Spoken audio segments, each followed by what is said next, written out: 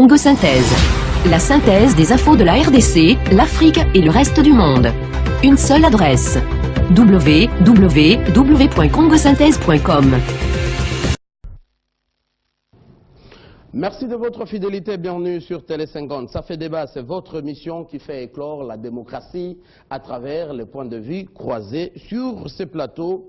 Beaucoup de sujets qui font la une en RDC. D'abord, cette commission nationale des droits de l'homme qui affiche déjà complet avec un représentant de chaque province, les droits de l'homme. Une concrétisation en République démocratique du Congo, ça nous intéresse dans Ça fait débat. Un autre sujet à la une, c'est la Cour constitutionnelle qui va prêter serment dans quelques heures devant le chef de l'État Joseph Kabila. Quelle est sa mission, ses défis? Également un sujet qui nous intéresse dans Ça fait débat. Et puis un sujet phare, l'entretien Obama, donc le président des États-Unis avec Joseph Kabila, président de la RDC, la réaction, plusieurs tendances des médias occidentaux qui prennent déjà un penchant avec RFI et tant d'autres acteurs politiques au niveau national et international. On en parle dans Ça fait débat avec les acteurs que vous connaissez. Yves Kisombe, vous êtes un des communicateurs de l'AMP, vous êtes cadre au sein du PPRD. Merci d'avoir répondu à notre invitation. Vous avez votre micro. Merci Mathieu Kamango. Vous êtes accompagné par Yannick Tissola, jeune leader. Vous êtes cadre du PPRD. Merci également d'avoir répondu à notre invitation. Merci Monsieur Mathieu. Et face à vous, deux jeunes, ils sont de l'opposition. Laurent Ochumbe, vous êtes cadre au sein du parti de l'opposition SID de Martin Fayoulou. Merci d'être venu. Merci cher ami. Et à vos côtés, Francis Okito, cadre au sein de l'UNC, cher à Vital Kamere. Merci d'être venu. Merci de l'invitation. Ah voilà, alors on va circonscrire les cadres. Le président Obama qui a parlé avec le président Joseph Kabila, c'était le mardi dernier dans la soirée. Le président Obama qui a souligné l'importance de l'organisation d'élections dans les délais requis, qui soient crédibles et pacifiques dans le respect de la Constitution en République démocratique du Congo et des élections qui protègent les droits de tous les citoyens et de la RDC. J'aimerais commencer avec vous, Yves Kisombe. Quoi de nouveau? Ou c'est l'objectif poursuivi par le gouvernement de la RDC? Oui, Mathieu Kamango, je crois que si j'ai bien suivi les échos qui nous sont parvenus de cet entretien entre le président des États-Unis et le président de la République démocratique du Congo, je crois qu'il y avait surtout là un message politique par une attitude, plus que par le contenu des propos qui sonnent un peu comme des propos déjà entendus. Mais je pense que le président Joseph Kabila est un chef d'État qui a besoin de s'entendre redire tous les mérites qui sont ceux de son action à la tête de ce pays depuis plus d'une décennie. Le président Obama a tout naturellement réitéré son soutien, le soutien des États-Unis au gouvernement congolais, aux efforts entrepris, son intérêt pour la sécurité et la sécurisation de l'Est de notre pays, la lutte contre les groupes armés, et puis bien sûr le processus démocratique dont il a souligné qu'il était déjà un héritage du président Kabila. Et ça c'est incontestable. Donc je crois qu'on peut retenir deux choses à ce stade de l'action de Joseph Kabila, c'est la pacification, la réunification du pays et puis le processus de reconstruction, en ce compris la démocratisation, puisque nous lions démocratie et développement dans un élan de redressement de notre pays. Merci pour ces précisions, on revient à vous tout à l'heure. Alors Francis Okito, vous êtes de l'opposition et chaque fois vous avez dénoncé ce calendrier global, vous avez dénoncé le processus électoral, vous avez dénoncé tout ce que vous avez appelé comme glissement en RDC. L'appel d'Obama à Joseph Kabila, ça a eu quelle résonance, quel écho au niveau de l'opposition? Oui, écoutez Mathieu, je crois que le président Obama a rappelé à son homologue c'est que l'opposition ne cesse de dire chaque jour. Qu'est-ce que l'opposition dit chaque jour?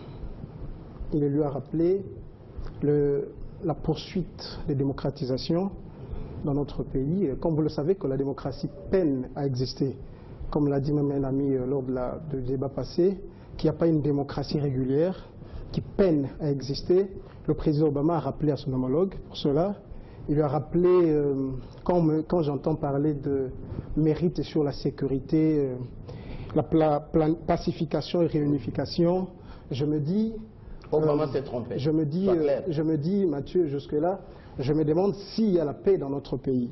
Parce qu'il n'y a pas quelques jours, 50 personnes ont été tuées à Béni, et il n'y a pas quelques jours, il y a des gens qui meurent chaque jour à Kinshasa et partout ailleurs. C'est comme au Kenya,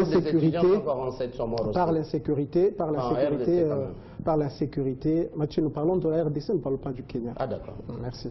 Par l'insécurité entretenue par ces bandits qui font du deuil à notre pays chaque jour, mais dont la République est incapable de les débouter dehors. Alors, pour revenir au sujet, je voudrais qu'on puisse circonscrire un peu cet appel. Vas-y.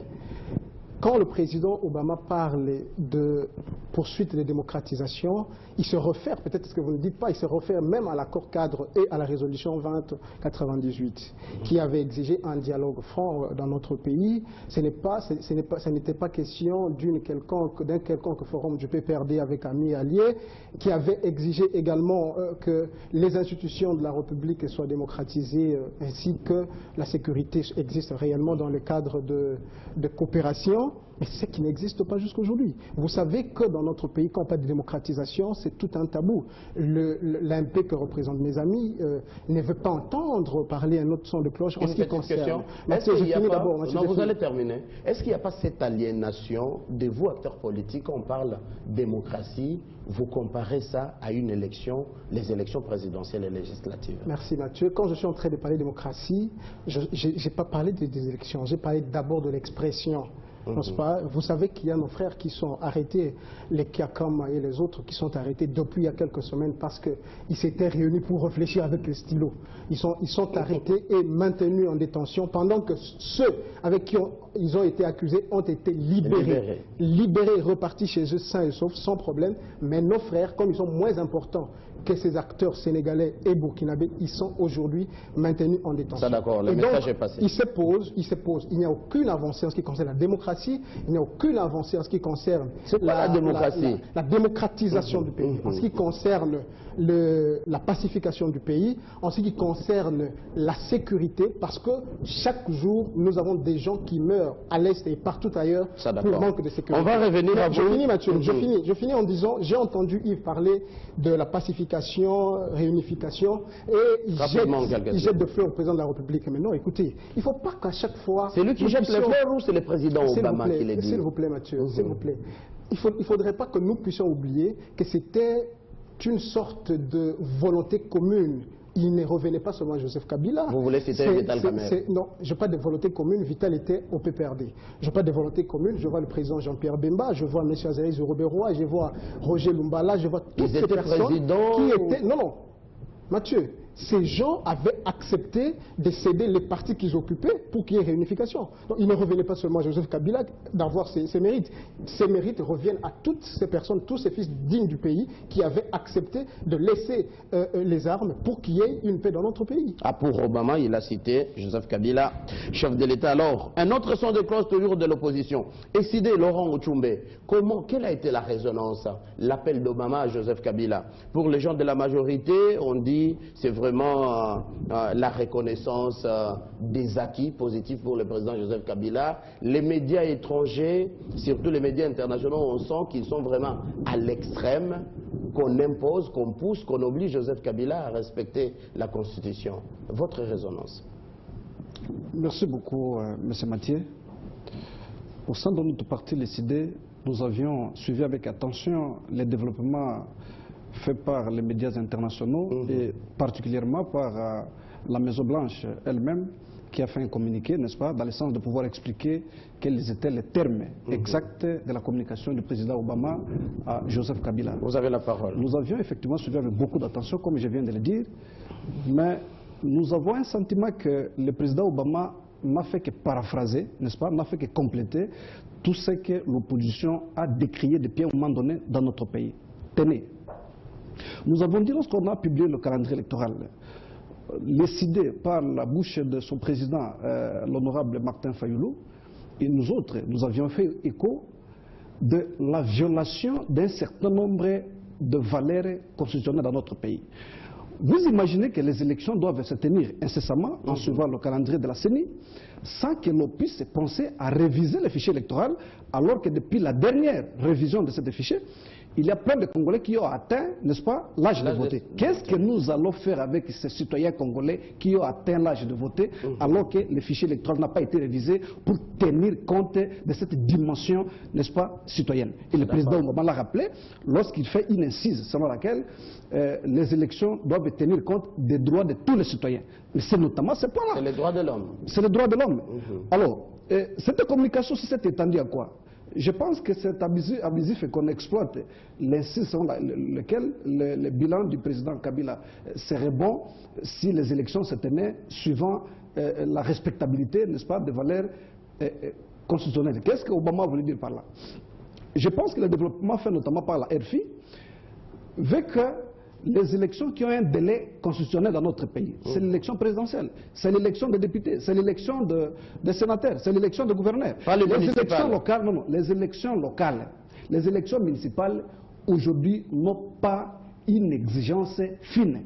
Et que donc, lorsqu'il a tenu compte que les préalables soient l'organisation des élections qui ont une base constitutionnelle, je pense que c'est une façon de paraphraser la volonté de l'opposition de voir la priorité être donnée à l'élection du président de la République et à l'élection des députés nationaux, et notamment les élections des sénateurs dont on a décrit depuis un moment donné qu'ils sont fait mandat et que donc c'est abusif et qu'ils consomment, n'est-ce pas, les émoluments de l'État, étant donné qu'ils ont été élus par la population pour un mandat de 5 ans. Et ce n'est pas l'opposition qui empêche à ce que ces élections soient organisées depuis la fin de leur mandat, et que c'est de la faute de la majorité que jusqu'à aujourd'hui, on n'a pas organisé ces élections, et c'est une entorse fondamentale, n'est-ce pas, pour notre démocratie qui devrait se consolider, n'est-ce pas, à respecter certaines valeurs. Alors, je voudrais évoquer également un point que j'ai... rapidement. Oui, déjà 4 minutes. C'est avec beaucoup de rapidité. Si les élections de 2016 sont organisées dans de bonnes conditions, je crois qu'effectivement, bien que je ne sois pas de la majorité, toute la population congolaise va jeter les fleurs à Joseph Kabila. Nous n'avons pas besoin aujourd'hui qu'on nous dise qu'Obama a félicité Joseph Kabila pour la réunification du pays, parce que les destinataires fondamentaux de l'action gouvernementale, c'est le peuple. Nous avons besoin que le peuple congratule ses dirigeants et non un dirigeant étranger qui mais il y a toujours un leader. Non, mais qui est le destinataire de la politique interne? Ce n'est pas Obama. Ce n'est pas Obama qui est le destinataire. Et lorsqu'il parle, il insiste des droits de l'homme.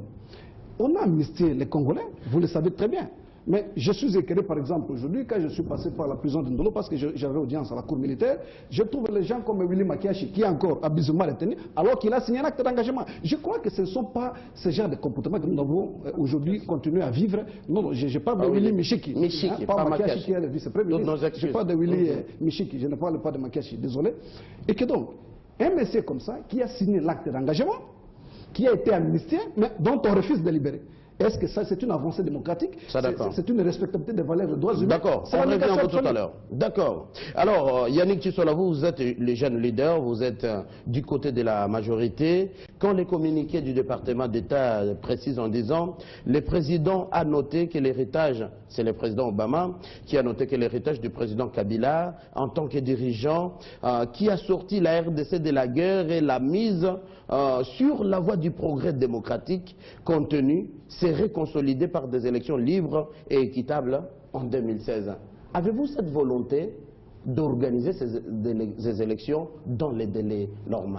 C'est ça la problématique. Merci beaucoup, M. Mathieu, mais avant que je réponde à votre question, je voudrais, au nom du panafricanisme voulu par nos pères de l'indépendance, m'incliner devant la mémoire de ces étudiants qui ont été fauchés par le terrorisme international. Nos frères kenyans. Nos frères kenyans. Je voudrais donc compatir au malheur qui a frappé cette république. Nous sommes nous aussi en train de combattre le FDF-NALU et d'autres groupes terroristes sur notre territoire, et nous pensons que cette question de terrorisme international est une question à prendre à bras le corps. Ça, c'est vrai. Alors, répondant à votre question, je voudrais d'abord saluer l'élégance du communiqué du département américain, qui traduit de la considération mutuelle entre les deux chefs d'État. Vous savez qu'ils ne sont pas à leur première contact téléphonique. Il est dû, c'est coutume que les chefs d'État s'entretiennent. Ce sont des canaux diplomatiques et je crois qu'ils ne sont pas à leur premier contact diplomatique. Et donc, s'agissant de ce communiqué qui fait état de l'appel téléphonique entre le président Obama et le président de la République, je voudrais d'abord saluer cette acceptation de mérite et des prouesses du président Kabila, parce que aujourd'hui nous sommes en train de discuter sur notre troisième élection, et si cela est fait, c'est justement grâce à cet esprit démocratique, à cette volonté politique du président de la République.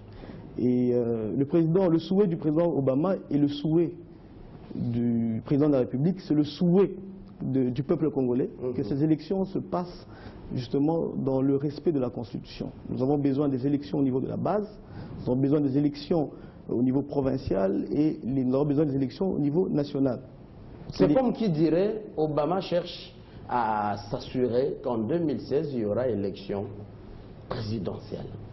C'est la demande du peuple et de l'opposition en RDC. C'est la demande du peuple, de l'opposition et de la majorité. Parce que les élections dans notre pays est une affaire qui concerne tout le peuple congolais. Ce n'est pas une question d'une partie contre une autre. Surtout que nous sommes les gagnants de 2006, les gagnants de 2011 et les gagnants de 2016. Parce que nous avons un programme qui rencontre justement la volonté ou les déshydratats du peuple congolais.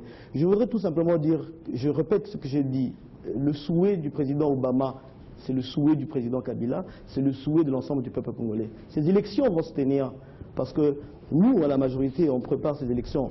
On ne voudrait pas faire du tourisme comme les autres à Paris, à New York ou à Washington. Nous sommes en train de préparer nos listes.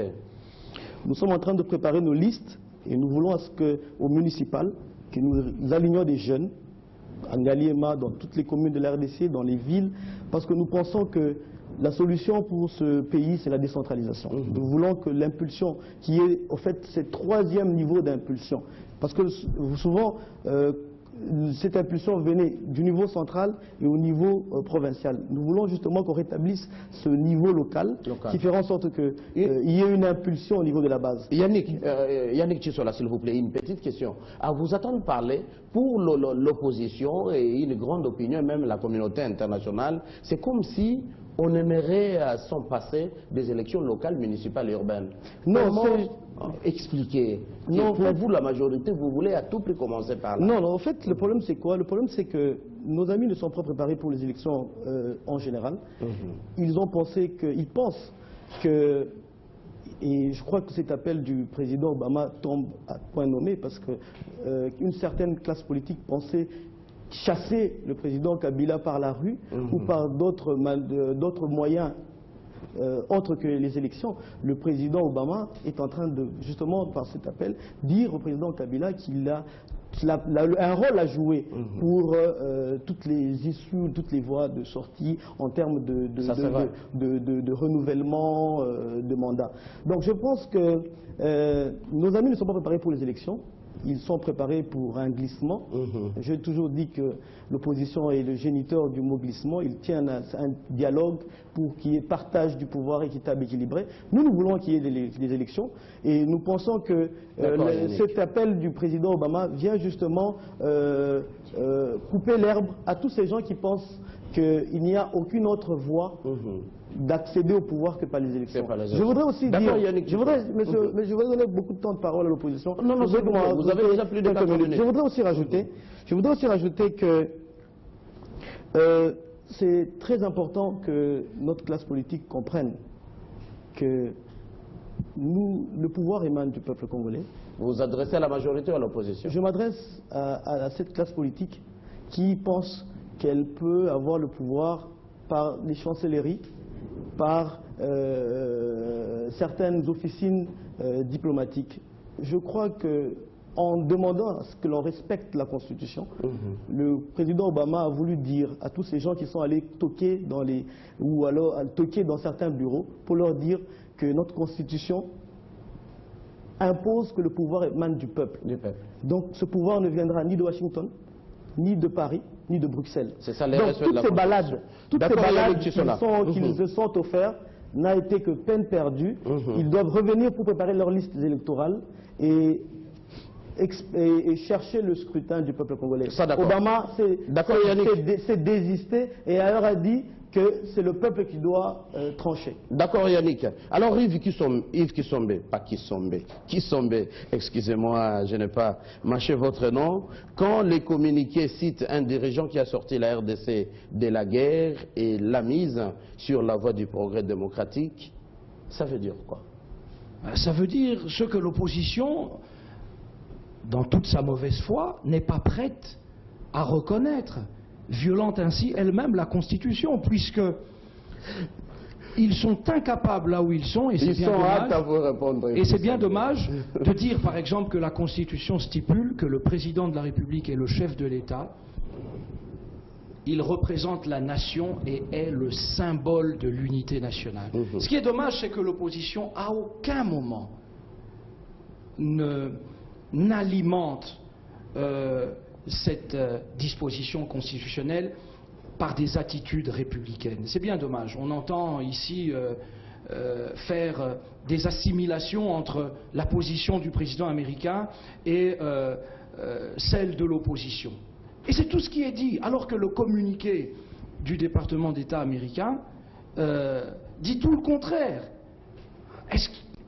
Allez, ne fût-ce que par honnêteté intellectuelle, est-ce que vous ne pouvez pas reconnaître que notre plus puissant partenaire et un de nos plus vieux amis à la RDC, que sont les États-Unis, ont, encore une fois, dans une tradition de soutien à la République démocratique du Congo, félicité le président Kabila pour son action à la tête du pays durant toutes ces années. Ça peut ne pas vous plaire, mais c'est la vérité. Alors, il y a toute cette rhétorique sur les droits de l'homme qui sont des faussetés dans notre pays. Il n'y a pas au Congo de système général de répression des droits de l'homme. Les cas qui sont cités, mais tous les jours la police aux États-Unis, la police française commet des bavures. Il y a des responsables qui sont pointés et sanctionnés. Et de démission.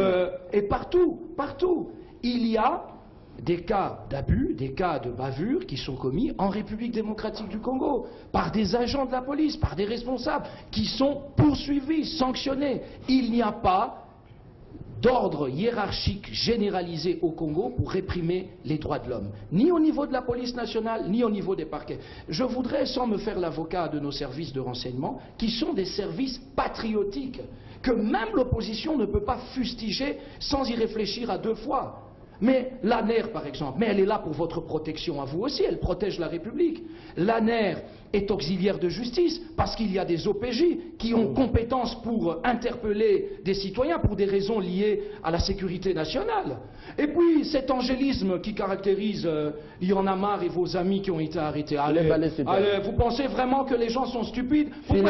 Pourquoi est-ce qu'on ramasse pas les mamans maraîchères ou n'importe qui pour les arrêter, les interpeller? Vous pensez que l'ANER, la DGM, ce sont des services piteux, incompétents? Mais ils ont des renseignements que vous n'avez pas. On sait que ces gens ont voulu déstabiliser droit de réponse. Ils ont voulu déstabiliser notre pays. Il y a une machination, un complot. On a voulu, les 19, 20 et 21 janvier, essayer d'obtenir ce qu'on ne peut pas obtenir par voie électorale, et vous savez que vous vous apprêtez à perdre les élections, aussi bien au niveau local, provincial qu'à la présidentielle. Ça, vous le savez.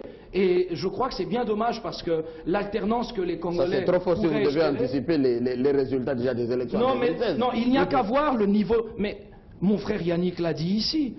Ils ne reconnaissent même pas la nécessité, et je termine, la nécessité pour notre pays de voir ces nouvelles provinces, les autorités locales élues être installées comme il se doit. Quand vous avez 11 provinces qui ont la taille de grands pays occidentaux, mais évidemment, quand vous avez des cités, des villes, des secteurs qui sont grands comme des provinces d'autres pays, mais il faut décentraliser, il faut des élections à ce niveau-là. Ils sont obsédés par l'élection présidentielle, par tout ce qui est superficiel, mais les questions de développement, de redressement économique et de progrès social dans notre pays, ça ne les intéresse pas. Ah ouais, ça d'accord. Alors on a 3 minutes à tout et chacun, je commence avec vous. Fonsi Okito, votre réaction. Merci Mathieu, je vais réagir en disant ceci. Vous réagissez déjà. J'ai suivi l'honorable Kisombe parler de l'ANER qui a des OPJ. Encore une fois, je me réjouis parce que c'est un juriste. Il sait que la loi dispose que lorsque un OPJ arrête après en une personne, il a 48 heures pour le déférer devant les instances judiciaires.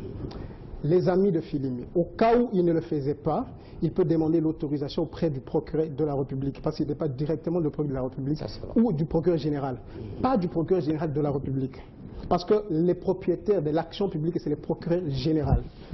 Est-ce que, messieurs Kisombe, je suis avocat de ces gens, parmi ces avocats, aucune autorisation ne leur avait été accordée, mais que l'ANER continue à les détenir jusqu'à aujourd'hui sans qu'ils permettent à ces gens d'être assistés. L'article 19 de la Constitution proclame que lorsqu'une personne est arrêtée, elle a le droit d'être assistée d'un avocat. Alors, qu'on revienne au sujet. Vous m'avez déjà dénoncé. Laissez-moi répondre à ça. Il a le droit d'être assisté d'un avocat du début du procès jusqu'à la fin, depuis les services spéciaux. Alors, est-ce que ces personnes ont été présentées devant la justice? Qui nous répondent. Les deux. Il dit le droit de l'homme, mais qui nous donne une preuve contraire. Nous ne disons pas, nous ne connaissons pas les secrets de l'instruction. Une commission nationale déjà installée des droits de l'homme. S'il vous plaît, Mathieu. Ça ne suffit pas. Si ces personnes ont été arrêtées pour un complot, mais ils étaient arrêtés avec trois autres personnes africaines, pourquoi seulement les Africains doivent être libérés et qu'eux sont maintenus? Parce que c'était un complot, ils étaient ensemble. Jusqu'à la preuve du contraire, ce n'est pas à l'ANER de déterminer les responsabilités de chacun. C'est le tribunal, c'est le parquet, le tribunal d'ailleurs, qui saura déterminer les responsabilités de chacun. Si le parquet ou l'ANER a estimé qu'il n'y a pas de charge qui pèse à l'encontre de ces personnes, ils devaient tous les libérer. Ils ne pouvaient pas garder les Congolais et laisser partir les autres, qui me donnent la preuve contraire. Il vous reste une minute. On parle des États-Unis aujourd'hui, maintenant, là, c'est une contradiction entre deux. On dit les États-Unis, notre plus puissant allié. Plus puissant, aller seulement pour la majorité, pas pour l'opposition. Lorsque l'opposition... De la RDC quand même. S'il vous plaît. Lorsque l'opposition... Parce que ce sont leurs déclarations. Lorsque l'opposition se déplace aux États-Unis pour prendre langue avec ces gens-là, qui sont de partenaires, nous l'avons dit ici sur ce plateau, ce sont de partenaires de la République démocratique du Congo, et que par conséquent, les opposants et la majorité, toutes ces personnes ont le pouvoir, le droit d'aller les rencontrer. C'est directement pour répondre à mon ami Yannick que sa mise au point était inutile, irrélevante et irrégulière. Alors, enfin, élection locale, nous ne sommes pas prêts. Mais Mathieu, qui est prêt, qui ne l'est pas? La majorité, c'est elle qui n'est pas prête. Pourquoi? Elle s'accroche aux élections locales parce qu'elle sait que la majorité, la majeure partie des contraintes concernent les élections locales. Et que comme ces contraintes ne seront pas éludées jusqu'à la preuve du contraire, ils vont rester au pouvoir, ils vont chercher à ce qu'il y ait glissement. Nous disons, nous avons fait une proposition qui est démocratique, politiquement avérée, que l'on puisse repousser les élections locales en 2017. Nous ne refusons pas que l'on organise, Maître Laurent l'a dit, les élections qui ont un délai constitutionnel. Les élections à ce jour qui ont un délai constitutionnel, ce sont les élections des députés provinciaux, ce sont les élections des sénateurs, ce sont les élections du président de la République. Que l'on organise ces élections et qu'en 2017, l'on peut organiser d'autres élections. En 2006, on a organisé les élections présidentielles et législatives.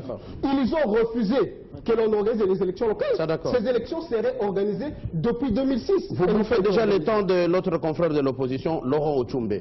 Tout à l'heure, à vous la parole, Yannick. Merci beaucoup, Mathieu. Moi, je vais commencer mon intervention par poser une petite question à nos deux prophètes de malheur pour l'opposition qui disent... Non, mais parce que vous prophétisez l'échec. Non, Mathieu. Il prophétise le fiasco de l'opposition. Je crois que ce n'est pas ça, c'est trop fort. Les deux ont souligné ici que l'opposition va perdre les élections. Monsieur Mathieu, ça c'est pas dans quelle église il prie. Est-ce qu'il peut retirer ça, s'il vous plaît? D'accord. Si l'élégance, la démocratie, église, l'élégance. Je m'appelle Yannick Tissola, je ne suis pas prophète de malheur.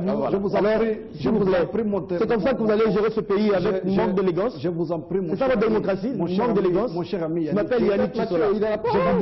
Je vous dis ceci. De malheur. Je dis ceci. Si vous n'êtes pas prophète de malheur, je retire ici le mot ART, mais la pensée circule quand même. C'est pour dire quoi? Donc vous n'allez pas retirer. Les téléspectateurs, voilà, les millions de téléspectateurs comprennent que vous n'êtes pas élégant, ils ne veulent pas demander la police. Vous consommez minutes. C'est bon aussi. Vous aviez souligné que l'opposition va perdre les élections et ça, ce n'est pas aussi élégant de votre part. Donc, il ne faut pas, n'est-ce pas, affluter ce que vous aviez souligné autrement. Moi, je ne fais que répéter ce que vous avez dit, mais à des termes au moins parallèles. Mais l'essentiel pour moi, c'est de dire quoi? Vous ne devez pas vous réjouir qu'un président étranger demande au président Kabila de respecter la Constitution. Qui a prêté serment pour respecter la Constitution dans notre pays? C'est le chef de l'État. Et c'est Joseph Kabila, le chef de l'État, qui a prêté serment, après son élection, de respecter et de faire respecter la Constitution. Et que pour moi, c'est une honte. Et il faut célébrer que le président Obama soit-il dise au président Kabila de respecter sa propre Constitution. Vous avez vu Joseph Kabila demander au président Obama, à Hollande et à que sais-je encore, de respecter les constitutions. Il n'a jamais dit. C'est anormal. Non, dans les communiqués du département d'État, même de la Maison Blanche, la presse a publié sur Internet. Les communiqués est là. Il est revenu sur le fait que le président Kabila devrait ipso facto respecter la Constitution, réorganiser les élections dans les délais constitutionnels. Je pense que cette utilisation... D'accord. Une réaction. Laissez-moi terminer. Quand on demande à quelqu'un, c'est un jeu de vocabulaire. Quand on dit, s'il vous plaît, vous avez avec moi ici tous les textes du département d'État. S'il vous plaît, je pense que vous avez la police de débat et ils vont réagir. Lorsqu'on demande à quelqu'un... On a déjà largement dépassé le temps. Lorsqu'on demande à un président d'organiser les élections dans les délais, ça veut dire quoi? Organiser les élections dans les délais, c'est un jeu de mots, c'est respecter la Constitution. Or, ça c'est une interprétation, d'accord. Or, ce président Kabila lui-même qui devrait être le premier chante. Lorsque les spéculations qui sont devenues aujourd'hui chroniques sur les glissements ont commencé, ça a commencé par quoi? Parce que vous voulez, à mon avis, falsifier l'histoire. Qui a déposé les 4 projets de loi à l'Assemblée nationale pour réviser la Constitution? Et aujourd'hui, vous dites que c'est l'opposition qui a inventé les glissements. Pourquoi vous aviez retiré ces 4 projets de loi à l'Assemblée nationale? C'est après le printemps Burkina Faso. Donc, nous ne devons pas aujourd'hui falsifier l'histoire. La volonté manifeste au départ. D'accord. Un glissement soit organisé. Laurent, vous avez déjà utilisé votre temps. Le projet de loi était à l'Assemblée nationale. Non, je n'ai pas fini mon temps parce qu'ils m'ont embrayé.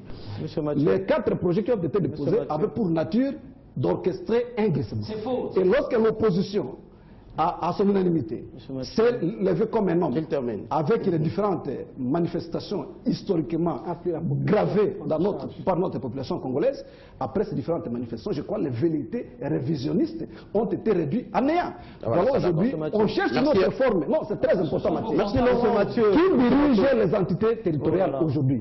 C'est tous les administrateurs, tout le monde peut perdre. C'est pour cette raison, pour une bonne équilibre administratif, on doit organiser les élections qui ont des délais constitutionnalisés. Et après 2017, on aura... Pas d'accord. Il est plus avancé.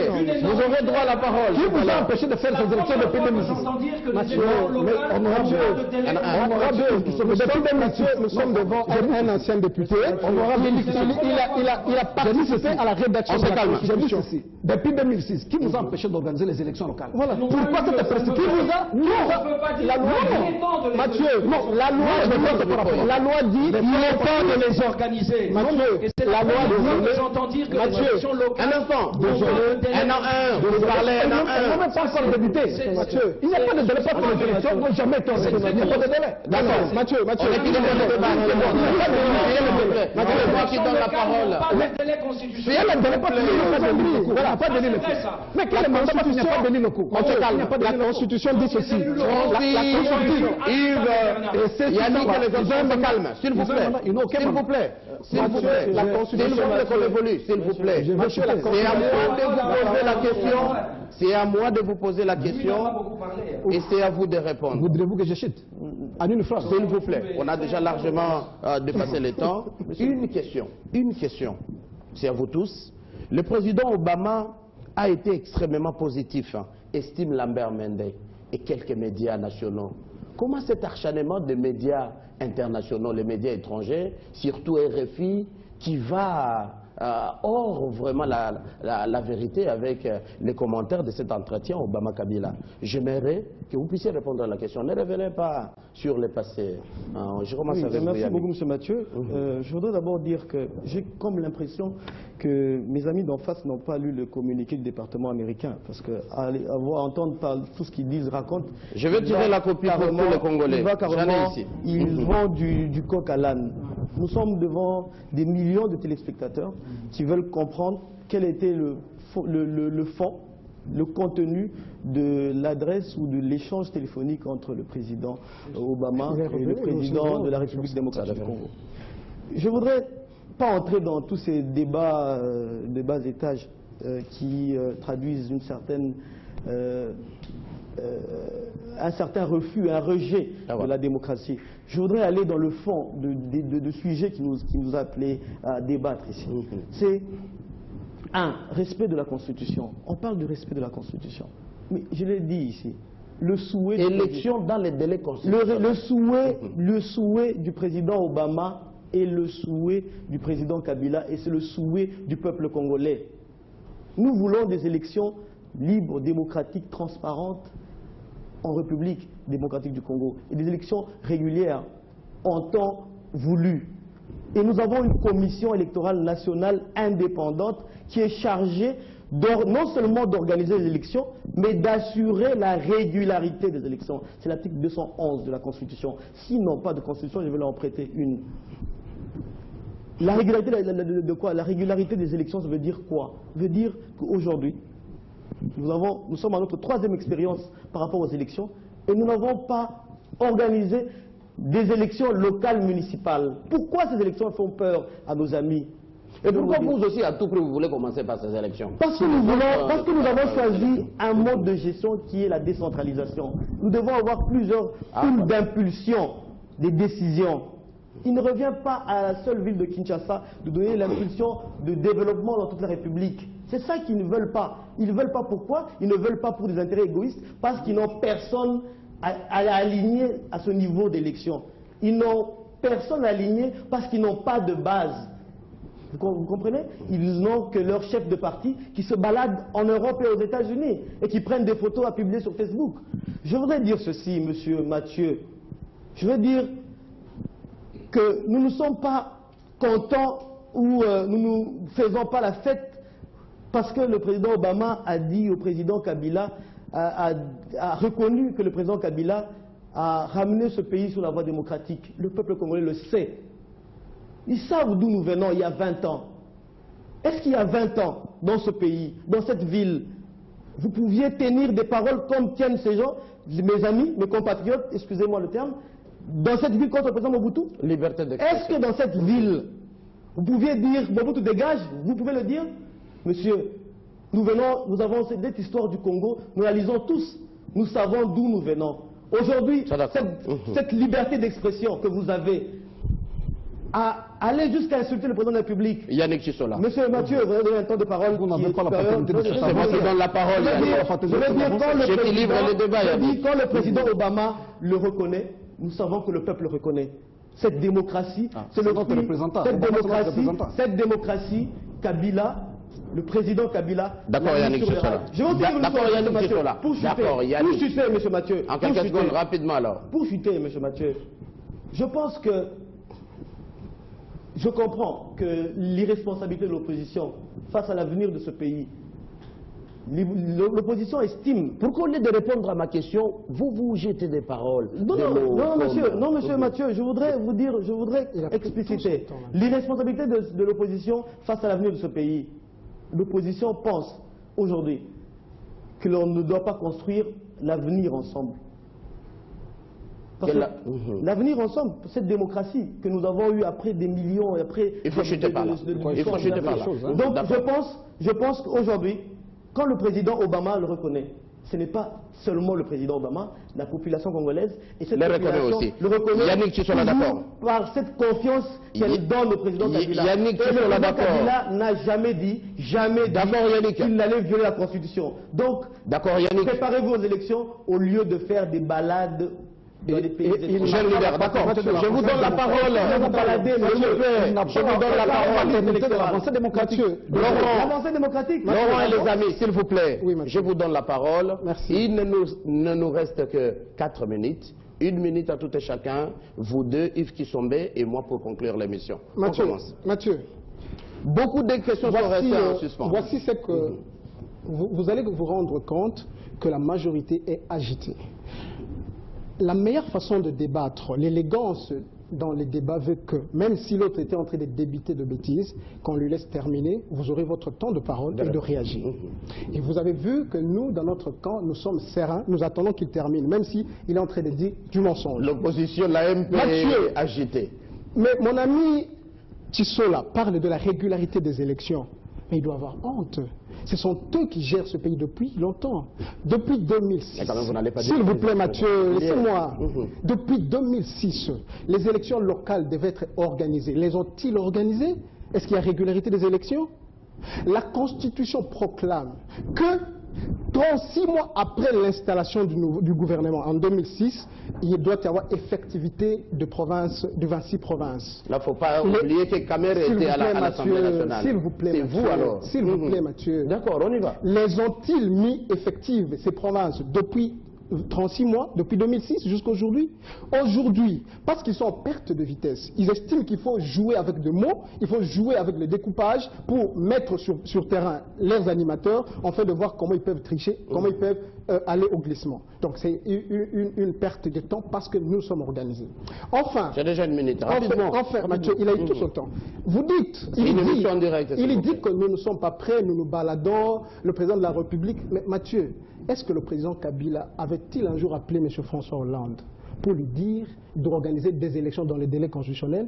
C'est quoi organiser les élections dans les délais constitutionnels? S'il vous plaît. C'est ça les débats. Mathieu, laissez-moi répondre à ce qu'il a dit. Il est revenu sur ça. Est-ce que le président Kabila a un jour appelé le président François Hollande pour le dire d'organiser les élections dans les délais constitutionnels?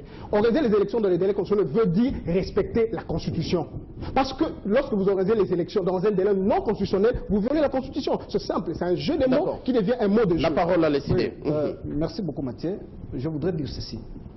S'il faut être honnête et scientifique, il faut reconnaître que le Congo, sur le plan de la phase démocratique, n'est plus à son stade d'il y a 20 ans. Ça, il faut le reconnaître. Il faut être honnête. Il y a quand même des avancées. Mais seulement là où nous ne sommes pas d'accord, c'est que la paternité de cette avancée n'appartient pas exclusivement au président Kabila. C'est là où vous péchez, c'est ce que vous ne voulez pas dire aux gens, que la paternité de l'avancée démocratique timidement observée en ce jour n'est pas l'œuvre exclusive du président Kabila. C'est l'œuvre de tous les Congolais, c'est les sacrifices que les Congolais ont fait, c'est les paris que les Congolais ont fait de ne plus revoir les atrocités de la dictature que nous avions observées pour qu'on aille vers l'avant. Malheureusement, la machine qui est mise en route aujourd'hui est pour bloquer ces avancées démocratiques. C'est pour cette raison que nous disons ceci. Le pouvoir d'organiser et de financer les élections, organiser, c'est la CENI, financer, c'est le gouvernement. Depuis 2006 que nous avions eu les premières élections législatives et présidentielles, qu'il fallait commencer un peu plus tôt avec le cycle des élections locales. Jusqu'à présent, si elles n'ont pas été faites, ce n'est pas parce que l'opposition l'a refusé. Si aujourd'hui les sénateurs vont faire bientôt une décennie, ce n'est pas l'œuvre de l'opposition qui finance les élections. Donc les élections, le cycle électoral n'est pas régulier. Il faut d'abord finir avec la régularité du cycle qui connaît, n'est-ce pas, des enjambées regrettables, que des superfiges, alors que où nous parlons aujourd'hui, toutes les administrations territoriales sont dirigées par le PPRD. Ça d'accord, Laurent. Alors, une petite question avant de vous lâcher, c'est en quelques secondes. On sait qu'à l'UNC, le candidat président sera Vital Kamerhe, même si on ne l'a pas encore annoncé officiellement. Au sein de l'ECD, vous avez un candidat président. Nous sommes légalistes au temps opportun, nous allons nous prononcer. Nous ne sommes pas encore au mois de la campagne électorale. Nous aurons un congrès et on va désigner notre candidat. Nous sommes un parti qui a aujourd'hui une approbation du peuple. On aura un candidat aux élections. D'accord, on a un point. Et vous, au niveau de l'UNC? Mathieu, j'aurais été à l'aise si vous retiriez ce que vous venez de dire. Nous sommes un parti démocratique, démocrate plutôt.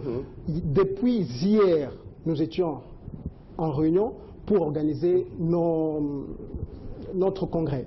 Et dans peu de temps, nous allons organiser notre congrès. C'est lors de ce congrès que nous allons désigner tous les candidats, y compris le candidat président de la République. Ah voilà, merci pour vous dit que je ne serai pas candidat président. Ah voilà, c'est possible. Ah voilà, vous avez les qualités. Yves Kisombe, rapidement votre réaction. J'espère que cette dernière affirmation ne va pas vous causer quelques soucis. Aucun souci. Mais moi, j'aimerais que les CIDEF remercie le PPRD ici et la majorité présidentielle pour l'honneur qu'on lui fait, parce que les CID c'est quand même un parti relativement insignifiant de nos jours, hein, contrairement à l'UNC. Les CID est connu un peu à Kinshasa.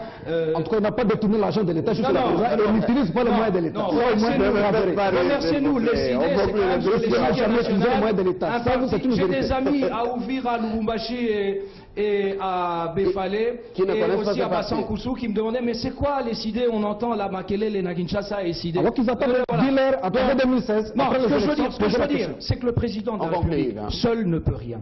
C'est avec le concours des 70 millions, peut-être même plus, de Congolais qu'il peut faire les choses. Lorsque nous parlons du président Kabila pour souligner les mérites de la RDC, ça ne signifie pas qu'il est le seul à avoir fait les choses, bien au contraire. Mais il est le symbole de l'unité nationale, il représente la nation.